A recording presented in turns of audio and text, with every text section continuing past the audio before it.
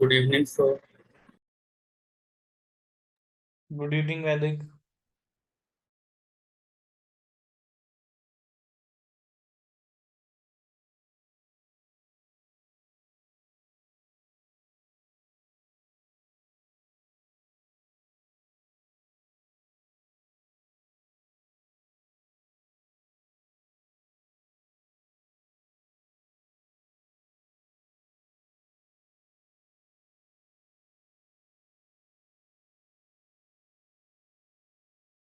चलो कुछ certain questions ही करने हैं हम लोगों को आज तो। अब ये क्वेश्चन दिया है ना, इसमें हमको ये बताना है which of the following statement regarding fraud is true, है ना। तो वैसे ही बता सकते हो इसको, तो कोई वो बात है नहीं, ऊपर नहीं भी पढ़ोगे तो। ए पॉइंट में क्या कह रहा है ये? अब फ्रॉड के रिगार्डिंग कौन सा स्टेटमेंट ट्रू है? The auditor may not detect all material fraud in the financial statement, but this won't necessarily mean the auditor has been negligent due to the nature of fraud in the likelihood of concealment. ये सही है statement ना? Yes, sir, this is true. ठीक है, this is the true statement. अब बाकी भी पढ़ लो। The auditor must detect all material fraud in the financial statement, this is true statement और false statement? False statement. The auditor must detect every fraud in the financial statement, this is true statement or false? This is also false. And that even the auditor is not responsible for detecting fraud, this is a management responsibility. This is true or false statement? So false. False है ना। तो ऐसी तो बात है नहीं कि management की जिम्मेदारी तो आपकी जिम्मेदारी नहीं है, हमारी भी है, सेकेंडरी है, कोई बात नहीं। If material misstatement as a result of fraud is detected during the audit and is not corrected by management, how will this be communicated to the shareholders? तो अगर कोई material misstatement as a result of fraud आपको detect हुआ है audit में और management उसको सही नहीं करता है, तो आप ये शेयर होल्डर्स को कैसे कम्युनिकेट करेंगे? क्या auditor must send a letter to the shareholders informing them of the fraud? Is this right और wrong statement? Wrong statement. Wrong statement. The auditor must speak at the AGM and specifically inform them. AGM में जाके बोलोगे क्या ये बात आप? No, sir. नहीं ना। क्या ऑडिटर पुलिस को रिपोर्ट कर देगा और पुलिस नोटिफाई करेगी शेयर होल्डर्स को? No, sir. No, इसमें तो sir. तो confidentiality last one is the correct statement through the, और आप अपनी ऑडिटर रिपोर्ट से उनको कम्युनिकेट करेंगे ओपिनियन मॉडिफाई करके, है ना। Which of the following procedure must the auditor perform to respond to the risk of fraud? ठीक है, कौन सा प्रोसीजर ऑडिटर को परफॉर्म करना जरूरी है फ्रॉड के रिस्क को रिस्पॉन्ड करने के लिए? The auditor must obtain written representation from the management confirming they have disclosed all known and suspected frauds to the auditor. ये करना जरूरी है? Yes, sir. जरूरी है। ऊपर उन्होंने बोला था कि फ्रॉड के लिए हमारी क्या स्पेसिफिक रिस्पॉन्सिबिलिटीज हैं। आपको मैनेजमेंट से ये पूछना चाहिए कि क्या वो किसी फ्रॉड के बारे में जानते हैं क्या, और अगर जानते हैं तो उन्होंने इस बात का डिस्क्लोजर हमको दिया है, इस बात का रिटर्न रिप्रेजेंटेशन आपको उनसे मांगना है, ये बोला है ऊपर। Yes, sir. क्या ऑडिटर को एक अनप्रिडिक्टेबल एलिमेंट इनकॉर्पोरेट करना चाहिए ऑडिट प्रोसीजर डिजाइन करते वक्त? ये भी करना जरूरी है, यस और no? Yes, sir. The third one, क्या ऑडिटर को ईयर एंड जर्नल एंट्रीज और एस्टिमेट्स चेक करनी चाहिए which may be used to manipulate, जिनसे कि फाइनेंशियल स्टेटमेंट्स को मैनिपुलेट किया जा सकता है? क्या ये भी करना जरूरी है? Yes, sir. तो तीनों ही काम जरूरी हो गए। जब आप ऊपर जाएंगे फ्रॉड के लिए क्या स्पेसिफिक रिस्पॉन्सिबिलिटी है, तो वहां गिवन है ये सब चीजें।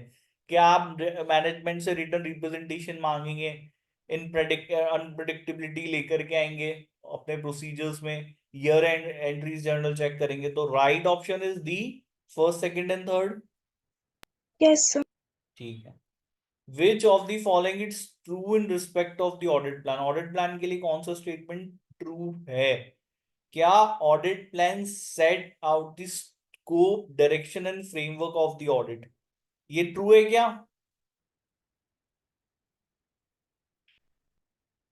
जल्दी बताओ, ये ट्रू स्टेटमेंट है क्या? क्या ऑडिट प्लान स्कोप, डायरेक्शन और ऑडिट का फ्रेमवर्क सेट करता है? अब कई बार ऐसे हमारे सामने क्वेश्चन होंगे जिनको आपको लग रहा है कि सही सर हमको नहीं पता इसका ना आंसर, तो आप ऑप्शंस पढ़े बाकी, है ना? तो ए ऑप्शन पे मेरे को अगर डाउट है तो उसको छोड़ दो, बी पढ़ते हैं। The audit plan contains the detailed audit procedure design to obtain sufficient appropriate audit evidence including the objective of each procedure and the sample size to be tested। ये स्टेटमेंट सही है गलत है प्लान के लिए? Sir ये सही है। ये तो सही है ना? तो मुझे नहीं पता ए सही है या गलत है, बट मुझे बी सही लग रहा है। तो अब सी देख लो। The plan include preliminary engagement activities such as materiality and risk assessment. ये सही है या गलत है? प्रिलिमिनरी सर एंगेजमेंट एक्टिविटी जैसे कि मटीरियलिटी और रिस्क असेसमेंट क्या प्लानिंग में इंक्लूड होता है क्या? होता है? जल्दी बताओ, हाँ या ना? नो सर, नहीं होता। नहीं होता क्या? नहीं होता सर। अच्छा, आप में से कुछ कह रहे हैं होता है, आप में से कुछ कह रहे हैं नहीं होता, तो सी को भी चलो लास्ट पढ़ लो। The audit plan is developed before the audit strategy. ये गलत है स्टेटमेंट ना। ये हमको पता है ऑडिट स्ट्रेटेजी के बाद बनाया जाता है ऑडिट प्लान, ठीक है? Yes sir. तो अब हमारा कंफ्यूजन कहाँ रिलाई करता है? ए भी गलत है। स्कोप, डायरेक्शन और फ्रेमवर्क नहीं होता ऑडिट का, फ्रेमवर्क हमारा सेट करती है स्ट्रेटेजी।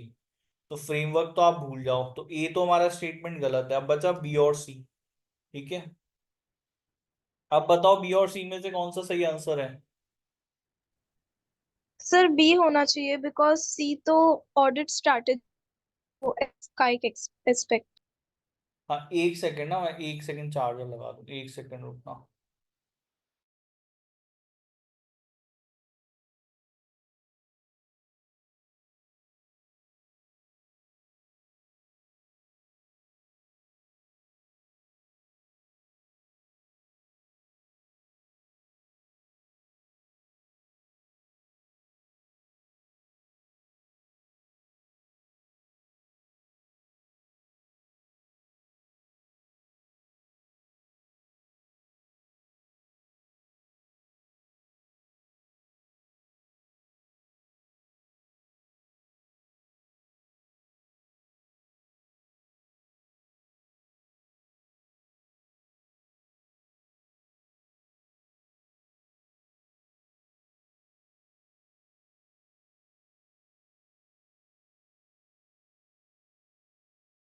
हाँ, sorry for the interruption in between. तो हम क्या बात कर रहे थे? हम ये कह रहे थे बी और सी में मेरा डाउट है, अब बताओ। बी सर वाला सही होना चाहिए। बी और सी में से कौन सा सही है? बी। बी वाला। बी सही है। क्योंकि देखो कई बार ऐसा हो सकता है कि आपको क्वेश्चन में डाउट होगा, तो हम किस, जो डाउटफुल है उसको अलग कर दो, और जो स्टेटमेंट सही लग रहा है ना वो अलग कर दो, है ना? तो अब जैसे ए और डी को तो आपने एलिमिनेट शुरू में कर दिया था, बी और सी को हमने रखा अब क्योंकि सी पे मेरे को थोड़ा सा डाउट है, पर बी पे मैं फुली कॉन्फिडेंस हूँ कि यार ये तो होता ही होता है। तो दैट्स वाई मैंने इसको बी चूज किया है। ठीक है, तो एक स्ट्रेटेजी आपको ऑब्जेक्टिव क्वेश्चंस के लिए बनानी पड़ेगी। हर बार ऐसा नहीं होगा कि ये बहुत इजी सा क्वेश्चन आपके पास आ जाए, कई बार कंफ्यूजिंग भी होते हैं स्टेटमेंट्स। तो वो स्टेटमेंट्स जो कि पूरी तरीके से गलत है उनको एलिमिनेट करो पहले। अगर ऐसा क्वेश्चन है, फिर जहां कंफ्यूजन है, फिर जिस ऑप्शन पे आपको लगे कि यार नहीं ये तो सही है, वो आप सेलेक्ट कीजिए ऑप्शन। ठीक है भाई, समझ में आ गया कैसे करना है ये? Yes sir. ठीक है। नेक्स्ट क्या है हम लोगों का question? Which matters will not be included in the audit strategy? कौन से मैटर आपके ऑडिट स्ट्रेटेजी बनाते वक्त इंक्लूड नहीं किए जाते हैं? कौन से मैटर ऑडिट स्ट्रेटेजी बनाते वक्त इंक्लूड नहीं किए जाते हैं?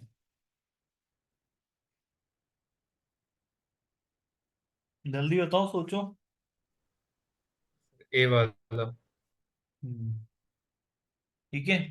तो इन्होंने ऑप्शंस में दिया रिस्क असेसमेंट और मटीरियलिटी नॉट बी इंक्लूडेड। तो अभी ऊपर वाला क्वेश्चन पढ़ा हमने, इसका मतलब रिस्क एंड असेसमेंट और मटीरियलिटी इंक्लूडेड होता है ऑडिट स्ट्रेटेजी में। Communication with the client, specific audit procedures और नीड ऑफ प्रोफेशनल स्टैटिज्म कौन सा है? सिंपल है, फटाफट बताओ ये। सर सी। सी आएगा। Specific audit procedures audit planning का पार्ट होते हैं ना, यस सर। That's why. ठीक है, सिंपल सी चीज है। चलो नेक्स्ट आ जाओ। Test your understanding 3। ठीक है, which of the following is not a benefit of planning of audit? ये बहुत सिंपल सा है, तुम ही बता दो कौन सा है इसमें। क्या फायदा नहीं है ऑडिट प्लान करने का? ए, इफेक्टिवली एंड एफिशिएंटली होगी, रिसोर्सेज एलोकेट करने में मदद करेगा, it ensure the financial statement will be correct. ये सही है क्या?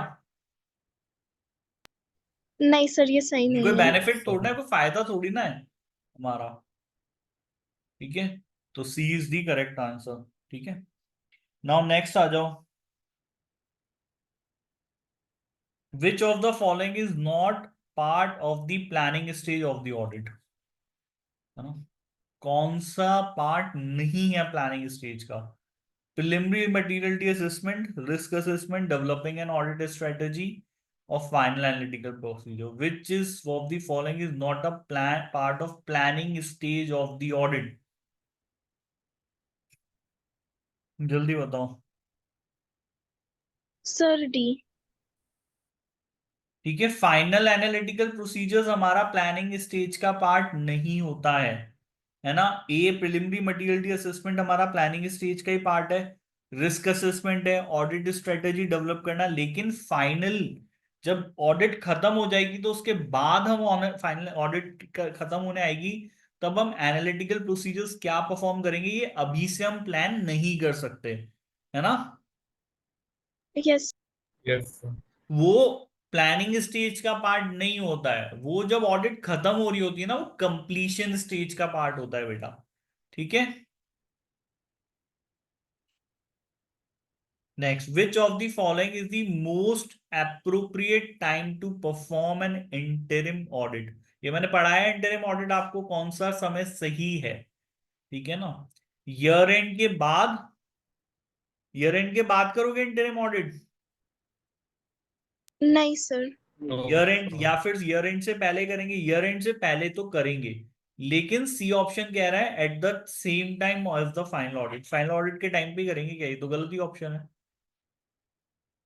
यस डी भी गलत ही है, ऑडिटर रिपोर्ट साइन करने के बाद इंटरिम ऑडिट की कहां जरूरत पड़ गई? तो only option that is correct is B. ठीक है, yes which of the following will not be performed at the end? कौन सा काम नहीं करोगे इंटरिम ऑडिट पे? रिटर्न रिप्रेजेंटेशन मांगना, test of controls, transaction testing for transactions that have occurred to date, और रिस्क असेसमेंट करना। कौन सा काम हम लोग बेटा इंटरिम ऑडिट की स्टेज पर नहीं करेंगे? कौन सा काम नहीं करोगे? ए। रिटर्न रिप्रेजेंटेशन मैनेजमेंट से क्यों नहीं मांग सकते हम तो इंटरिम ऑडिट के टाइम पे?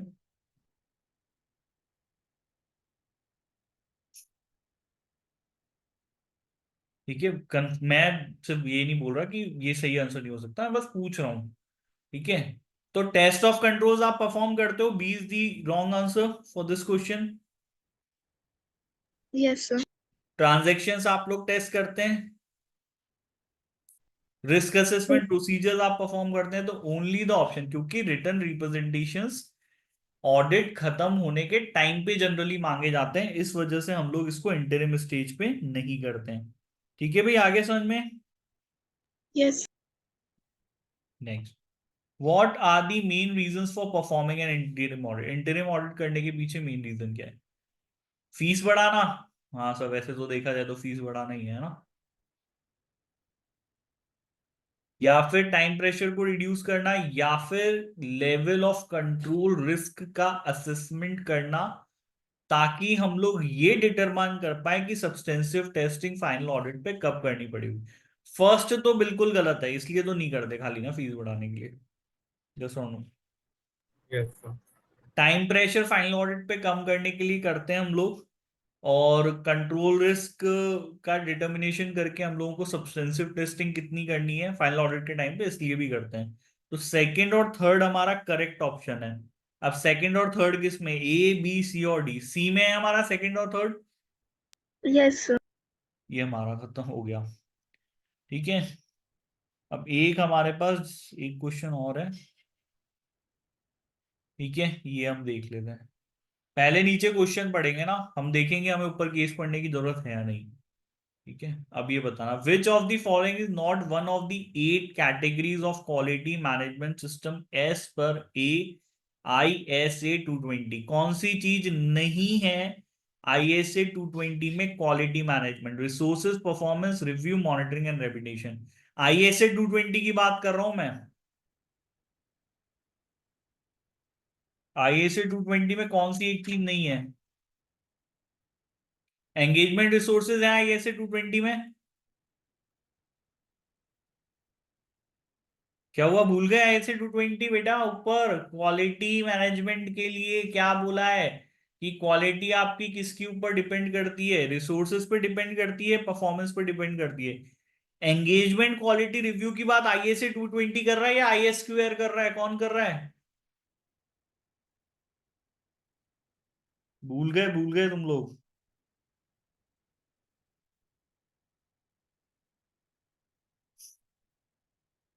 जल्दी बताओ, ISA 220 कर रहा है क्या EQR का काम, EQR की बात? नहीं सर, ISA 220 नहीं। फिर तो रिसोर्सेज की बात करता है, परफॉर्मेंस की करता है, मॉनिटरिंग एंड रेमिडिएशन की करता है। एंगेजमेंट क्वालिटी रिव्यू की बात ISA 220 नहीं करता। ठीक है, चलो नेक्स्ट पढ़े क्वेश्चन। यस। अच्छी स्टैंडर्ड क्वालिटी की ऑडिट करने के लिए प्राइमरी रीजन क्या है? कॉन्फिडेंस बनाए रखना, ऑडिटर की रिपोर्ट एप्रोप्रिएट इश्यू हो, पनिशमेंट से बचने के लिए, या फिर क्लाइंट से कंपिटेंट टू इंश्योर क्लाइंट को कंपिटेंट और प्रोफेशनल सर्विस देने के लिए। कौन सा प्राइमरी रीजन है यहाँ पे हाई क्वालिटी स्टैंडर्ड की ऑडिट करना?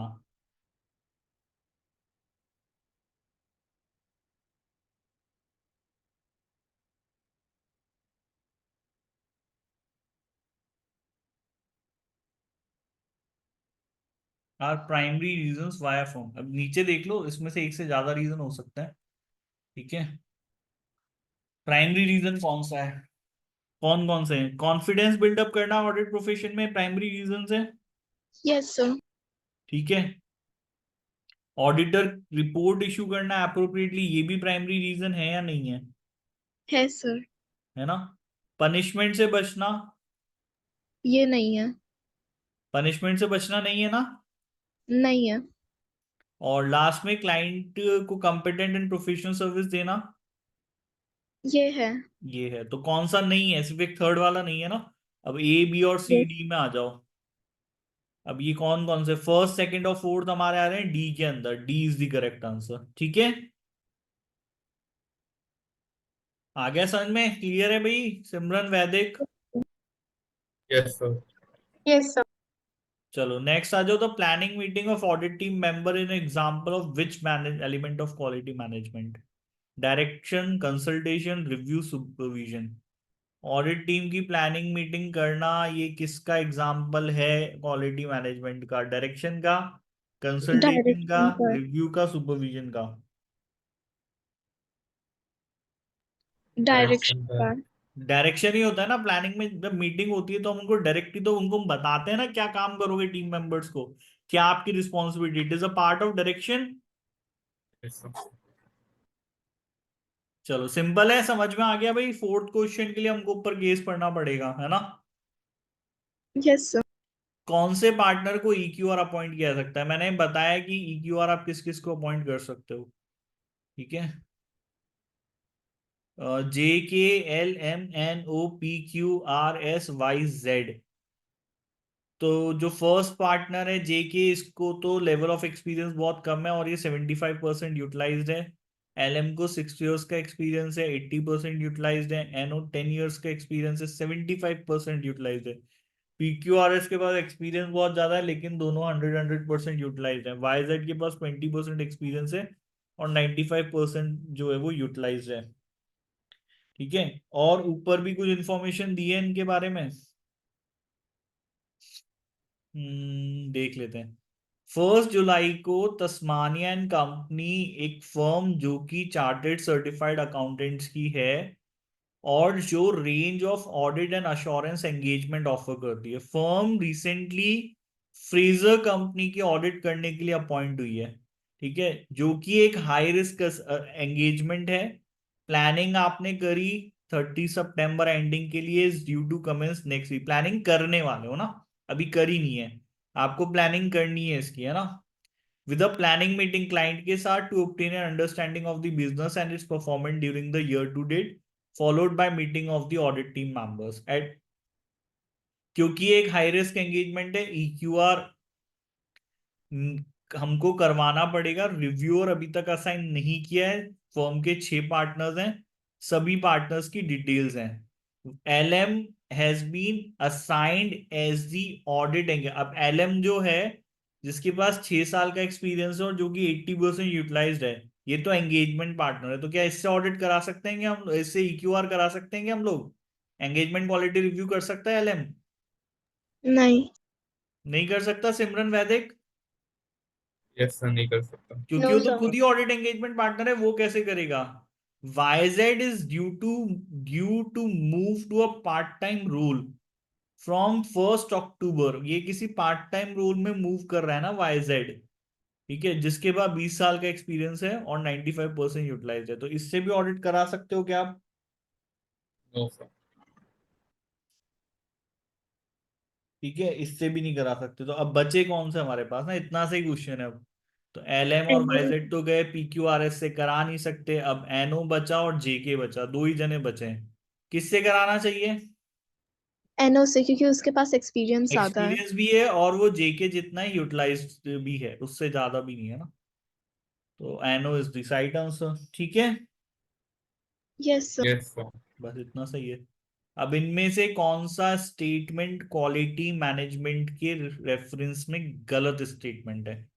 ठीक है, where deficiencies in quality management procedures are identified, the firm should take action such as providing additional training और increasing the frequency of quality review. सही स्टेटमेंट है, गलत स्टेटमेंट है ये? सर ये सही है। सही है, ये तो सही बात है। क्वालिटी मैनेजमेंट में अगर आपको डेफिशिएंसीज दिखती हैं तो आपको एडिशनल ट्रेनिंग देंगे, सही बात है। The firm only needs to act on deficiency identified by an external review such as that perform by CA. ये सही है, गलत है? सर ये गलत है। बस बात खत्म, मिल गया हमको ये। क्योंकि मैं इस पे इतना कॉन्फिडेंस हूँ भी, ये बिल्कुल गलत बात आपने करी है कि ACCA बताएगा तो ही क्वालिटी रिव्यू करेंगे, अदरवाइज नहीं करेंगे, है ना। तो बाकी सब इसका मतलब सही स्टेटमेंट होंगे, पढ़ने की जरूरत ही नहीं है तो। ठीक है, यस सर। ये हमारा चैप्टर खत्म हो गया, इसके क्वेश्चंस भी हमने अब सारे कंप्लीट कर लिए। ठीक है, यस सर। कल पढ़ेंगे नया चैप्टर, एविडेंस पढ़ना चालू करेंगे कल से। ये थोड़ा सा, ओके सर। हाँ ये थोड़े से और ढंग से पढ़ने, ठीक है, क्योंकि एविडेंस आ गया, फिर इसके बाद प्रोसीजर, 2-4 चैप्टर अब और बहुत सीरियसली पढ़ने पड़ेंगे आपको, है ना। यस। चलो क्लास खत्म करते हैं, बाय, गुड नाइट। कोई डाउट हो तो बता दो भाई। नहीं है, कोई डाउट नहीं है अभी तक? नहीं है। चलिए गुड नाइट, फिर कल मिलते हैं, bye. Thank you sir. Thank you sir. Hmm.